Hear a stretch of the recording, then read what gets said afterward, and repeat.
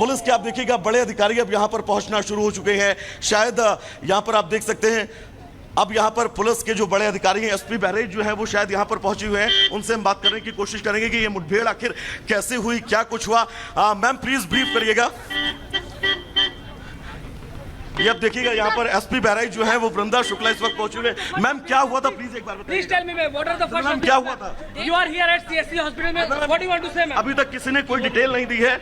Ma'am please Vrinda ma'am please थोड़ा सा detail दीजिएगा। मैम बहुत सारे सवाल हैं। वृंदा मैम क्या हुआ है इस वक्त की अपडेट? क्या कहना चाहेंगे मैम? क्या अपडेट? पहला कमेंट क्या है?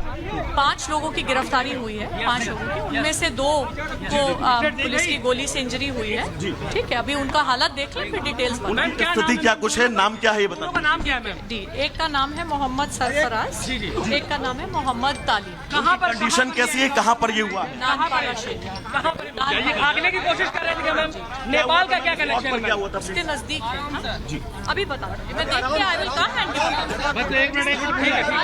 तो आप देख सकते हैं यहाँ पर बहराइच की एसपी वृंदा शुक्ला जो है वो मौके पर पहुंची हुई हैं। उनका ये कहना है कि सरफराज और तालिब जो है वो 2 लोग जो है पुलिस मुठभेड़ में उनको गोली लगी है। उनकी स्थितियां क्या कुछ थी, हालात क्या है, उसको लेकर भी हम आपको तस्वीर जो है वो दिखाएंगे। लेकिन फिलहाल आप देख सकते हैं एसपी बहराइच जो है वो इस वक्त जिला अस्पताल के अंदर पहुंची हुई हैं। अजय इधर पीछे आइए। और ये तस्वीर सबसे बड़ी अब ब्रीफ वो क्या कुछ करती है वृंदा शुक्ला, एसपी बहराइच जब बाहर आती हैं ब्रीफिंग में वो अपने क्या कुछ कहती हैं, उसको लेकर भी तस्वीर बहुत अहम होगी। लेकिन फिलहाल ये बड़ी पिक्चर अपने दर्शकों को दिखा दे बहराइच जिला अस्पताल के अंदर, क्योंकि एसपी बहराइच ने खुद अब इस बात की पुष्टि कर दी है कि सरफराज और तालिब जो मुठभेड़ में जिनको गोली लगी हुई है वो जिला अस्पताल बहराइच जो है वो लाए गए हैं। फिलहाल वो अस्पताल के अंदर मौजूद हैं। एसपी खुद इस वक्त अस्पताल में पहुंची हुई हैं। ब्रीफिंग में सिर्फ उन्होंने नाम बताया अभी तक का, इस वक्त कंडीशन क्या कुछ है, स्थितियां क्या कुछ है, इसको लेकर उन्होंने फिलहाल ब्रीफ नहीं किया है। उनका यह कहना है कि जब वो अस्पताल से बाहर निकलेंगी उसके बाद ब्रीफिंग जो है वो करती हुई नजर आएंगी। इन दोनों लोगों की स्थितियां क्या कुछ हैं वो इसके बाद ही पता चलेगा जब एसपी बहराइच दोबारा से बाहर निकलेंगी और ब्रीफ करेंगी। ये तस्वीर हम आपको दिखा दें और बाहर लोगों का तांता, लोगों का हुजूम इस वक्त आपको नजर आ रहा होगा जो जिला अस्पताल के बाहर पहुंचे हुए हैं। जिला अस्पताल के बाहर लोग जो है वो बड़ी संख्या में इस वक्त पहुंचे हुए हैं। और सबसे अहम यही है क्योंकि मुख्य आरोपियों की गिरफ्तारी को लेकर जो अब तक के बड़े सवाल उठ रहे थे, मुख्य आरोपियों की गिरफ्तारी को लेकर जो बड़े प्रश्न चिन्ह थे, उन प्रश्न चिन्हों पर कहीं ना कहीं से आज जो है वो बड़ा पूर्ण विराम लगा हुआ है। और यही वजह है कि बहराइच वासियों के जो सवाल थे उन सवालों के बीच सब लोग ये पूछ रहे थे कि 55 अरेस्टिंग आपने अब तक की है, लेकिन इन 55 लोगों में मुख्य आरोपी कहां हैं? परिवार से भी कल हमने बात की, परिवार में हमने राम गोपाल की पत्नी से भी बात की। उनका भी ये कहना था कि अभी तक उनको इंसाफ जो है वो कहीं नजर नहीं आ रहा है, क्योंकि 55 अरेस्टिंग के बीच जो मुख्य आरोपी नामजद थे, पहले दिन ही जो एफआईआर फाइल की गई थी उसमें 10 लोगों का नाम था, जिसमें से 4 अज्ञात थे, बल्कि 6 आरोपी जो है वो नामजद थे। उन 6 में से 1 की गिरफ्तारी हो चुकी है। जबकि बात अगर करें तो 2 लोग एनकाउंटर में जो मुख्य आरोपी सरफराज यानी कि रिंकू और तालिब जो है वो इस वक्त अस्पताल में मौजूद हैं। उनकी कंडीशन क्या है, क्योंकि मुठभेड़ हुई है, गोली कहां पर लगी है, इसको लेकर एसपी लाइन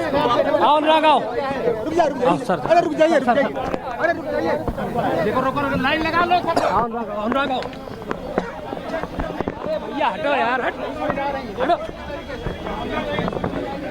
बिल्कुल, क्योंकि सभी यही जानना चाहते हैं कि तालिब और यहाँ पर सरफराज की स्थिति क्या कुछ है, मुठभेड़ स्थल पर क्या कुछ हुआ था, कैसे मुठभेड़ हुई, क्या कुछ पुलिस को इनपुट मिले थे, कैसे नेपाल के बॉर्डर के पास ही इन दोनों लोगों जो है वो पुलिस को मिलते हैं, इनकी आगे की तैयारी क्या थी, आगे की प्लानिंग क्या थी। क्योंकि नेपाल कनेक्शन जिसका हम लगातार आपसे जिक्र भी कर रहे थे कि नेपाल कनेक्शन इन लोगों के भागने में सामने आ रहा है।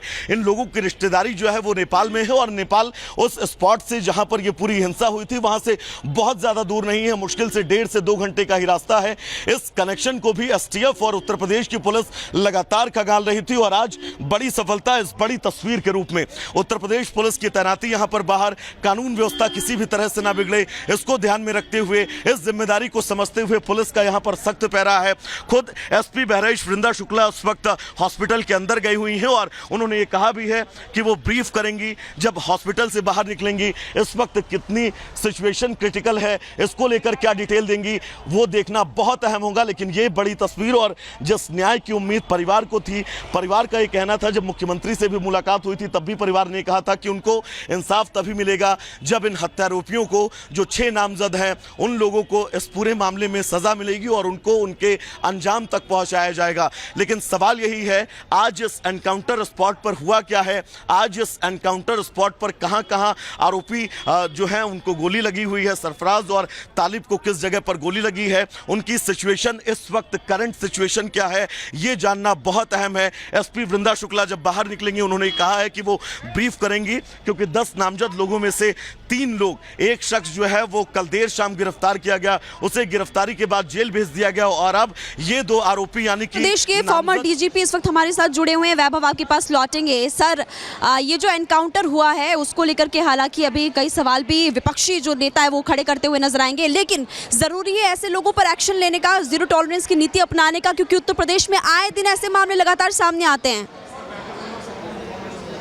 नेताओं का तो काम ही है, देखिए, लॉ एंड ऑर्डर पे क्वेश्चन मार्क लगाना कि गिरफ्तारी क्यों नहीं हो रही, गिरफ्तारी हो जाए तो गिरफ्तारी में गोली कैसे लग गई, तो ये तो देखिए उनका काम है, ये तो प्रजातंत्र में चलता रहेगा। मेरा ये मानना है कि जो कार्रवाई पुलिस के द्वारा की गई है, 2 अभियुक्तों की, मुख्य अभियुक्तों की हंगामी गिरफ्तारी हुई है, उनके उसमें गोली लगी है पैरों में, और भी अभियुक्त गिरफ्तार किए गए हैं, कल भी किए गए हैं। पहले ये कयास लगाए जा रहे थे कि सबके सब नेपाल भाग गए हैं, इसकी मैं देख रहा था कल कई चैनल्स पे जिन पर मैं बोल रहा था, आलोचना हो रही थी कि साहब कैसे कैसे भाग जाने दिया गया। तो जो एक सुनियोजित षड्यंत्र के तहत पथराव किया गया था, राम गोपाल मिश्रा को बड़ी बेरहमी से मारा गया, और जो भी घटनाएं हुई उससे इसका बड़ा एक व्यापक प्रभाव पड़ेगा, अराजक तत्वों के ऊपर इसका असर पड़ेगा, लॉ एंड ऑर्डर मेंटेन करने के लिए प्रदेश में इससे भारी मदद मिलेगी, और जो आगे जो त्योहार आने वाले हैं और प्रोसेशंस निकलने वाले हैं उनमें शांति बनी रहेगी।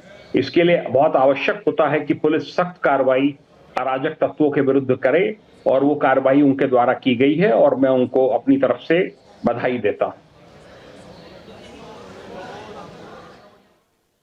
की सिचुएशन सामने आती है, मुठभेड़ के दौरान एनकाउंटर की बात सामने आती है, तो दर्शकों के मन में सवाल उठता है कि आखिर ये कदम कब उठाया जाता है। इससे पहले जो खबरें सामने आ रही थी, जैसा आपने भी जिक्र किया, लगातार लोगों में गुस्सा था, उबाल था, वो कह रहे थे जिस तरीके से ना सिर्फ आरोपियों ने गोली पीड़ित को मारी, मृतक को मारी, बल्कि निर्ममता से उसकी हत्या की गई थी। बिल्कुल आपका कहना ठीक है। देखिए, हमें एक बात समझनी चाहिए, ये कोई दूध पीते बच्चे नहीं हैं, ये आर्म्ड एक्यूज्ड हैं। इन्हें मालूम है कि बड़ा गंभीर अपराध इनके द्वारा कारित किया गया है, और ऐसे में पुलिस को पूरी सतर्कता रख के, पूरी सतर्कता के साथ पुलिस कार्रवाई करती है। घेराबंदी की गई होगी, जैसा मेरा मानना है, फायरिंग की गई होगी बदमाशों की तरफ से, उसमें से 2 को फायर लगा है और उनके पर वो खतरे के बाहर हैं, पैरों में गोली लगी है और कई अन्य पकड़े गए हैं। ये बहुत अच्छी कार्रवाई हुई है, इससे पुलिस का भी मनोबल बढ़ेगा, अराजक तत्वों का मनोबल गिरेगा, और जैसा मैंने कहा कि प्रदेश में लॉ एंड ऑर्डर बनाए रखने में इससे मदद मिलेगी। जो आह्वान किया गया है जीरो टॉलरेंस पॉलिसी का, उसके तहत ये कार्रवाई हो रही है। बहुत अच्छा है और मैं इसकी प्रशंसा करता हूं।